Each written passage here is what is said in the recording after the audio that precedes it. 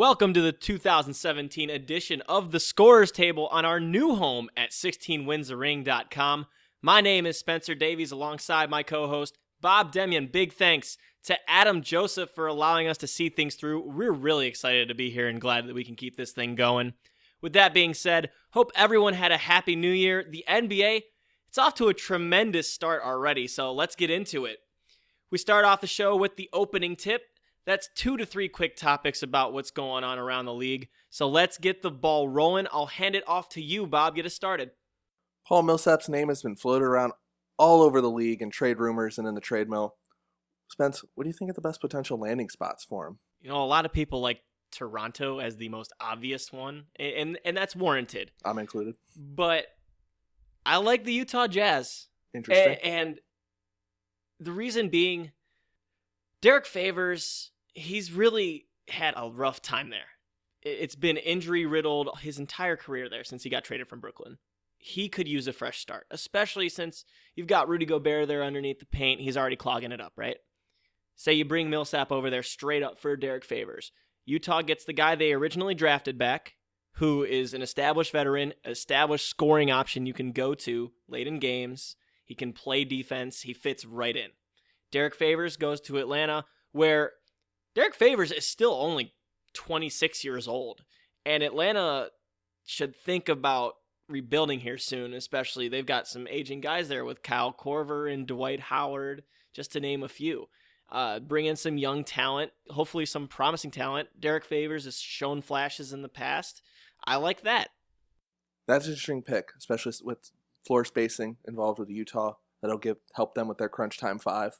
Adding Millsap alongside Gordon Hayward, that'll be really nice for Utah. And we both like Utah in the West and their potential going forward. Sneaky good team, actually. But to me, it has to be Toronto. There's nothing around that to me. If you add Paul Millsap to the core of Jonas Valanciunas, Kyle Lowry, and DeMar DeRozan, that could be a starting 4 out of 5 there. You can put on par with the Cleveland Cavaliers in the East. Everyone says there's nobody on the level of the Cavs on that side of the league. That could do it and at least make the series competitive, because right now the Cavs have no contenders. I think, like you said, Toronto is the closest one there. I'd feel bad for Jared Sullinger, who just signed a deal there to really try and make himself some money next year on that one-year deal. Mm-hmm.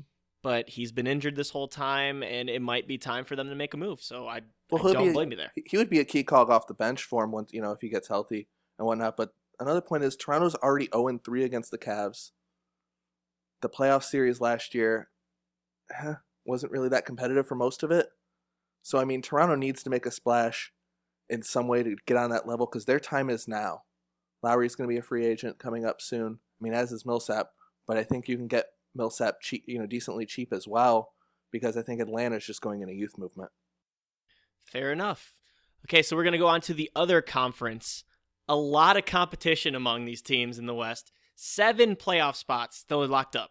We've established this. Basically, yeah. So that number 8 spot between the Sacramento Kings, Portland Trailblazers, Denver Nuggets, and New Orleans Pelicans. Who do you have getting that spot? It's a very interesting debate, and just from someone who has a Kings under 34 bet, it looks like it could be them. They certainly have a lot of potential if they need a point guard. The Nuggets, a lot of potential trade pieces throughout what they can do, so they can certainly get into this. Blazers, they have great talent. They're greatly underachieving this year. And the Pelicans probably have the best player among these of the 4 teams, in Anthony Davis. But you know what? I'm going to go with Sacramento, believe it or not, as I love what Boogie Cousins is doing. Love Dave Yeager. That's made a huge difference, getting rid of George Karl and bringing him in. Great coach. Still not sure why Memphis let go of him, even though they're having a good year as well. But love what the Kings are doing this year. They do need a point guard. But I think they're going to sneak into that 8th spot. Lower record than normal. And at the end of the day, I'm also rooting for it because I want to see Boogie Cousins in 4 playoff games. What about you, Spence? I think that the Blazers are going to figure things out. They've just got that backcourt of theirs is a top 5 backcourt, top 3 backcourt to some people. There's no way they don't figure things out. They were a great team last year. No one was looking for them. Beat the Clippers. In the playoff last year. And they beat the Clippers. They might have been shorthanded, but they did beat the Clippers in that first round. And And They're gave the someone to Warriors trouble. They gave the Warriors trouble in round 2. They're a team to reckon with when you have Damian Lillard and CJ McCollum in that backcourt. And then you have Mason Plumlee up front who can give teams headaches. Evan Turner's looking to find his role still a little bit. Yeah, he just needs the ball in his hands. He's just the type of player who has to have the ball in his hands. That's what made him successful in Boston and got him that big contract. That's what they need to do with Evan Turner, and he doesn't fit there. Exactly, and Al-Farouq Aminu hasn't been healthy this whole year, and they just got him back. So I think it's way too early to write off the Blazers yet, and I think they could even jump up to that 7 spot at this point. Jump Memphis or something? Right.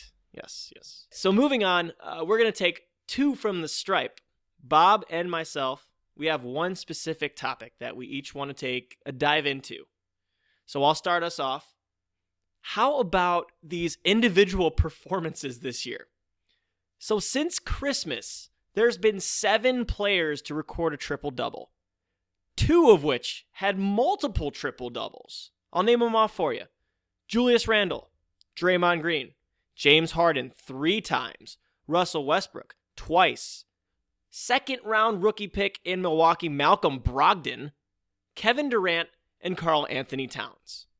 And if that's not enough, let's talk about 50-point performances that we've had via Isaiah Thomas, Jimmy Butler, and then, what do you know, MVP candidate James Harden appears on this list. So what is going on? The offense and the potency right now is ridiculously high this year. Is it pace? Is it just one of those years? This is just insanity because this is something that I don't think we're ever going to see again as far as individual performances. We got 2 people that are averaging nearly triple doubles, and that's only happened once. I do think it has a lot to do with the offensive potency in this league. Just pace and space. That whole thing the Warriors are doing now, that's creating higher scoring. Look at what D'Antoni in Houston finally has the right system. That's helping. A lot of copycats off that pace and space too. Right. And then you have so much physical talent in this league. There's so many just guys that are physical specimens, and then you have players coming into their own, younger players, Giannis, Joel Embiid's having a great year. Look at Karl Anthony Towns. You have this influx of young guys. Look at these under 25 guys in this league right now that are adding this in. Exciting. The NBA is in a really good place right now. It's funny you mentioned that because when I was talking to Robin Lopez yesterday, he told me straight up when I asked him about why that's going on right now, why there's this just whole influx. He said that skill is at a premium right now. And he mentioned Joel Embiid and Karl Anthony Towns being 2 of those people that actually could be bringing back that back-to-basket type of big man feel too. And he's gone head-to-head with both of them. He has. So that's probably why he mentioned us directly. Yeah. For me, first returns from the All-Star fan voting have come in. In the East, we got Kyrie, Dwayne Wade, LBJ, Kevin Love, and the Greek Freak in Milwaukee. In the West, you've got Steph, James Harden, Kawhi Leonard, KD, and of all people, Zaza Pachulia. Now, we all agree Zaza doesn't belong on this list, and we may have a John Scott situation like the NHL had last January. But the bigger issue is all-star rosters in the NBA are just too small. As Spencer mentioned, there are a lot of good players in this league. Robin Lopez acknowledged that. The league knows that as well. So I think we need to take a page from Major League Baseball's book, believe it or not, and add a couple roster spots to each conference and bring it from 12 to 14. MLB did that, bringing their all-star rosters from 25 to 30, I believe it is. This would get more deserving players in the game. Players that actually deserve it, because you had the other year, a couple years ago, where multiple guys on a team are getting in. Probably 3 Cavs are going to get in this year. Well, that's 1/4 of the roster, essentially. So this will bring in guys, Kemba Walker, give him a chance to play. Always good to give these guys maybe Jabari Parker. Yeah, maybe Jabari Parker. These guys who don't normally get national attention, put them on that big stage in New Orleans in February, wherever the All-Star game is. So that's one thing. The other thing, it'll reduce big minutes for these big stars like Bron, KD, and Chris Paul, who in a long season like this need that little of a break. In the All-Star game, 30 minutes for a guy, that's a little high. Major League Baseball All-Star game, batters take 2 at-bats, pitchers pitch an inning. Yeah. Maybe a batter or 2. Mm-hmm. So it'll kind of give these guys also, again, more exposure and also give some rest to these guys. I know they extended the All-Star break as well, but I think that's something they can do. And if you want to have more fun. And I know I established with Zaza here that fan voting is questionable at best here.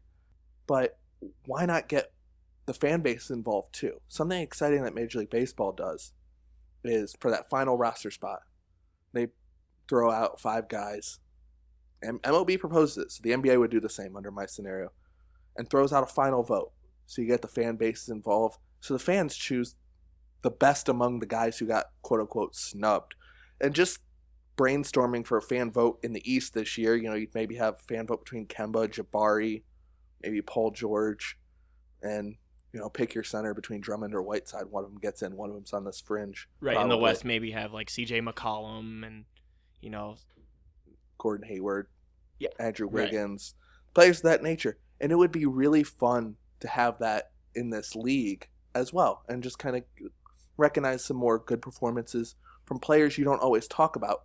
We're constantly talking about Russell Westbrook and James Harden and all these guys now, and it's finally nice that a player like Giannis is getting some well-deserved exposure, well-deserved attention because it's warranted right now. Exactly. And now more guys in this league should get that recognition. And I think proposing the All-Star rosters from 12 to 14 is a good balance. I don't think it's too many. It's a fantastic balance, and it's not too much. Like we were discussing earlier, that realistically each team could have 20 All-Stars on each side, but you're not going to fit that many on the bench. Like, I like that idea a lot, and I like that you have the league decide fans to vote their handpicked people, because this Zaza Pachulia situation is just absolutely ridiculous, and if it happens, it's a travesty, and the All-Star game should not be taken seriously if that happens. Yeah, and the NHL had John Scott, which was a guy, he actually got sent down to minor league hockey while this happened, and he was voted to be a captain of the way the NHL does their All-Star games. A little odd, but that was awful. Now they have a rule against something of that nature. Now, Zaza's not John Scott level bad, because at least he starts for the best team in the Western Conference. But he's even getting more fan votes than Klay Thompson and Draymond Green on his own team. Let's put this in perspective. He's 100,000 ahead of Kawhi Leonard right now. Let's put this in perspective. He's the second highest voted player in the front court in the West right now. And there's at least a dozen to 25 candidates. Better. Yeah, that are more deserving. Maybe 30. Yeah. I'm not trying to be disrespectful to Zaza Pachulia here, but let's be real with ourselves. But the All-Star break and the All-Star game is about a month or so away.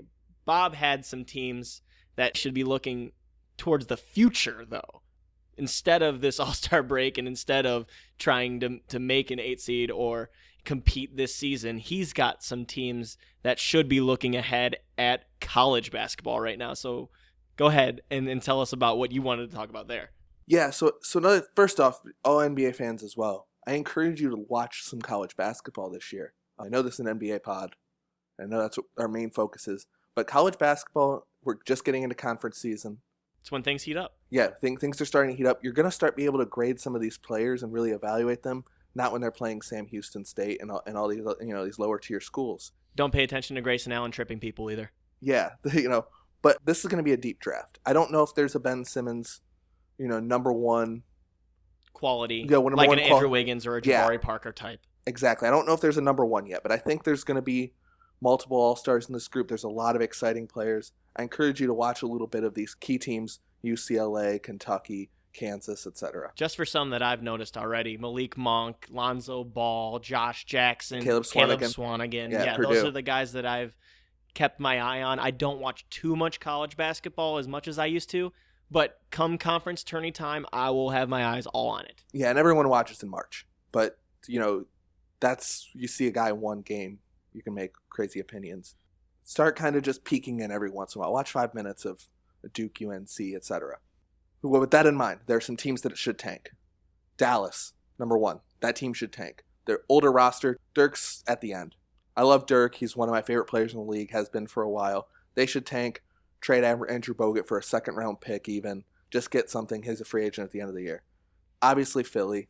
Pair somebody with Ben Simmons and Joel Embiid, and you're going to be in great shape. Yeah. Obviously, Philly. Miami. Obviously. They should trade Dragic. I'd consider trading Whiteside at this point. Yeah. Because he's not really...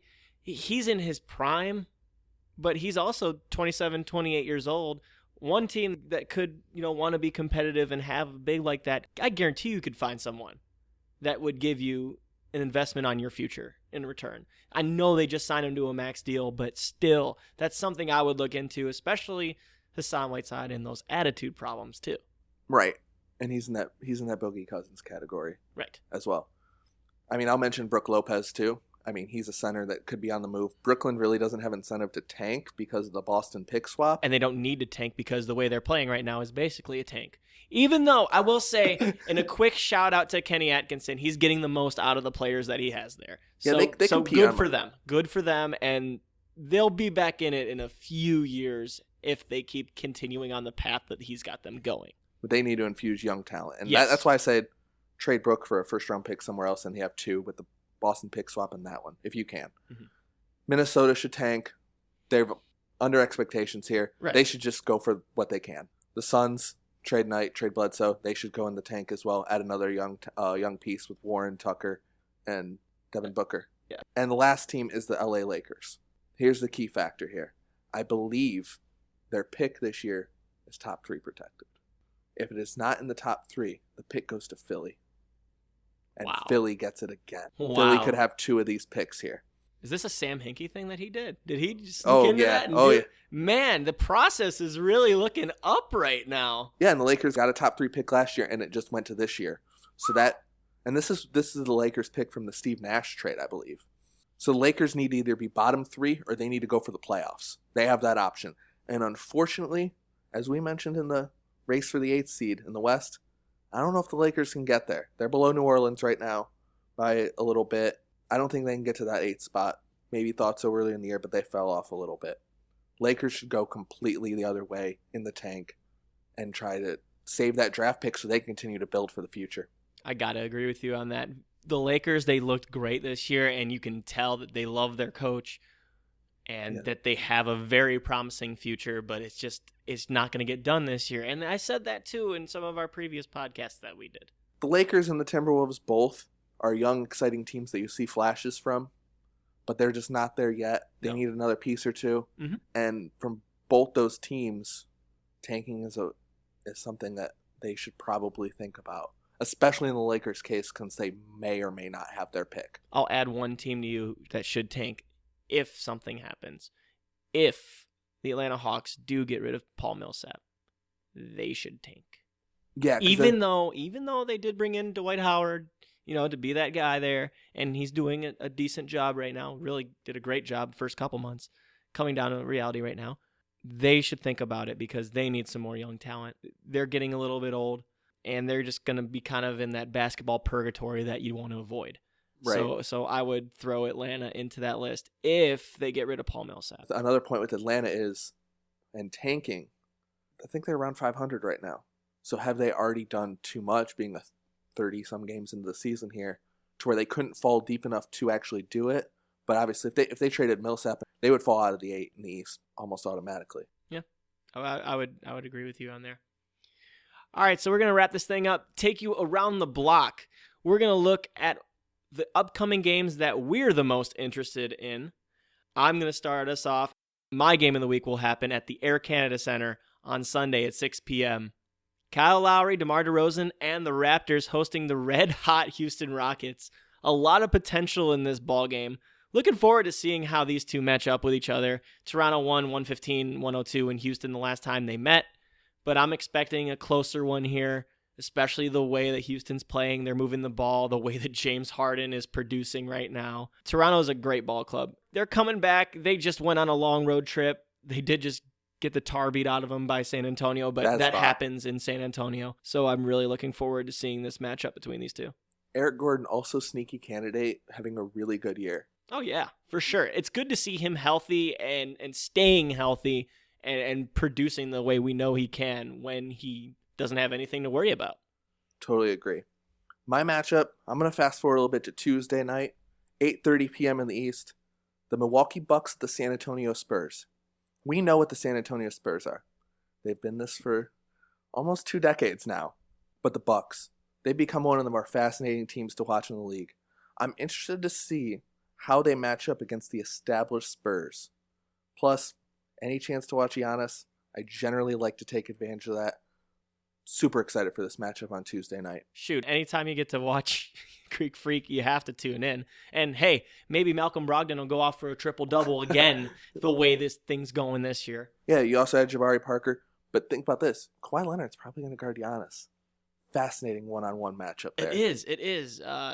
Especially if they're going to have Giannis bring up the ball, then who you're going to throw Tony Parker on? Who's he going to be guarding? Delly. Yeah, maybe Delly. Maybe Tony Snell.